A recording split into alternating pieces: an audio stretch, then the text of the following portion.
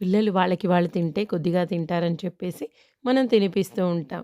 ఇక అదే అలవాటయిపోతుందనమాట. సండే మాత్రం ఖచ్చితంగా ఇదే ఉంటుంది మా ఇంట్లో. ఈరోజు మా వారు మటన్ తీసుకొనొచ్చారు. అక్కడైతే క్యూ లైనట.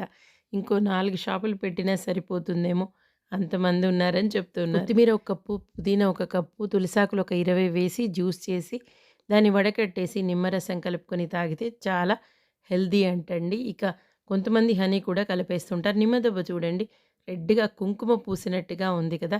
అది మా ఇంట్లో చెట్టుదే. ఆ చెట్టు చూస్తే చిన్నగా ఉంటుంది. చాలా కాయలు కాస్తాయి. కాయ కూడా భలే పులుపండి. Nursing shopping మాల్‌కెళ్ళాము. ఈ 3 శారీస్ తీసుకున్నాను. అన్నీ కూడా బిలో 500 డిస్కౌంట్‌లో ఇస్తున్నారు. చాలా బాగా నచ్చాయి నాకైతే. మీకెలా ఉన్నాయి? ఇందులో ఏ శారీ బావుందనేది కూడా కామెంట్ చేయండి ఫ్రెండ్స్. నడక ఆరోగ్యానికి చాలా మంచిదంటారు. మార్నింగ్ నడిస్తే మంచిదా? లేదంటే రాత్రి తిన్న తర్వాతనా అనేది చాలామందికి డౌట్ ఉంటుంది. నాకు కూడా ఉండేది ఒకప్పుడు. కానీ క్లియర్ అయింది. మార్నింగ్ వాక్ అనేది బరువు తగ్గడానికి బాగా ఉపయోగపడుతుంది. నైట్ వాక్ ఆరోగ్యానికి మంచిది. జీర్ణక్రియ కూడా చక్కగా పనిచేస్తుంది. కాబట్టి ఆరోగ్యంగా ఉండాలి అనుకున్న వాళ్ళు సాయంత్రం, అలాగే బరువు తగ్గాలనుకున్న వాళ్ళు మార్నింగ్ వాక్ చేస్తే మంచిది. ఇక 2 పూటలు వాక్ చేస్తే ఇంకా మంచిది. పొద్దుటి పూట నడక చాలా ఫాస్ట్‌గా నడవాలి. బ్రిస్క్ వాక్ అంటారు కదా!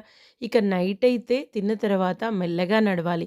15-20 నిమిషాలు నడిస్తే సరిపోతుంది. చక్కగా నిద్ర కూడా పడుతుంది. ఆరోగ్యంగా ఉంటాం. బారెడు పొద్దెక్కాక నడిచినా కూడా మంచిదేనండి. విటమిన్ డి లభిస్తుంది కదా! ఏ టైంలో అయినా సరే కొద్దిసేపు ఖచ్చితంగా డైలీ నడవాలి. 45 మినిట్స్ అయినా సరే మనము మన డైలీ రొటీన్ లైఫ్‌లో నడకని యాడ్ చేసుకుంటే మంచిగా ఉంటుంది. హెల్తీగా ఉంటాం. ఇక ఈరోజు నైట్‌కి చపాతీ చేస్తున్నాను. ఇందాకే రూపకి బ్లౌజెస్ ఇచ్చేసి వచ్చాను కుట్టటానికి.